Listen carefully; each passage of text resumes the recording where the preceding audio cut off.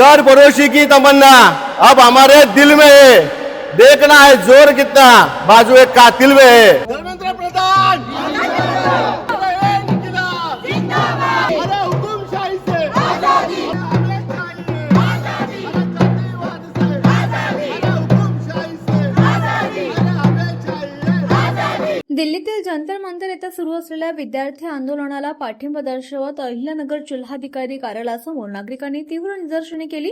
दिल्ली पोलिसांनी आंदोलनातील विद्यार्थ्यांवर लाठीचार्ज केल्याचा निषेध करत केंद्रीय शिक्षण मंत्री धर्मेंद्र प्रधान यांनी तातडीने राजीनामा द्यावा अशी मागणी आंदोलनकर्त्यांनी केली आहे। सामाजिक कार्यकर्ते सुशांत मस्के यांच्या नेतृत्वाखाली झालेल्या आंदोलनात युवक, महिला आणि विविध सामाजिक संघटनांचे पदाधिकारी मोठ्या संख्येने सहभागी झाले होते। आंदोलनादरम्यान घोषणाबाजी करण्यात आली, तसंच तिरंगा ध्वज आणि डॉक्टर बाबासाहेब आंबेडकर व शहीद भगतसिंग यांच्या प्रतिमा हातात घेऊन निदर्शने करण्यात आली। आंदोलनकर्त्यांनी नीट परीक्षेतील गैरव्यवहार, विद्यार्थ्यांच्या मागण्यांकडे दुर्लक्ष आणि दिल्लीतील आंदोलनावरील दडपशाहीचा निषेध नोंदवत जिल्हाधिकाऱ्यांमार्फत पंतप्रधानांना निवेदन पाठवले। विद्यार्थ्यांच्या मागण्यांवर तातडीने निर्णय न झाल्यास 31 जुलै रोजी जिल्हाधिकारी कार्यालयावर भव्य महामोर्चा काढण्याचा इशारा देखील यावेळी देण्यात आला।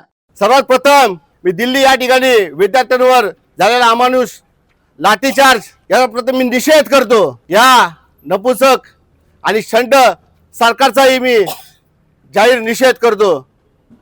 दिल्ली या ठिकाणी समस्त विद्यार्थ्यांच्या वतीने शांत पद्धतीने आंदोलन चालू होतं, ते चिरडून टाकण्याचं काम या जातीवादी सरकारने केलेलं आहे।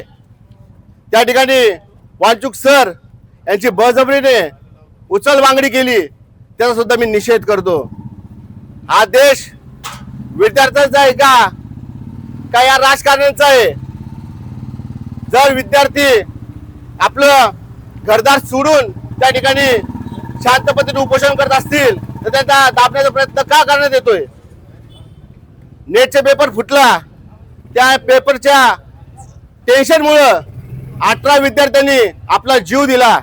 आज त्यांच्या आईबापांच्या जीवावर काय बीतत असेल याचा सुद्धा विचार या सरकारने केला पाहिजे।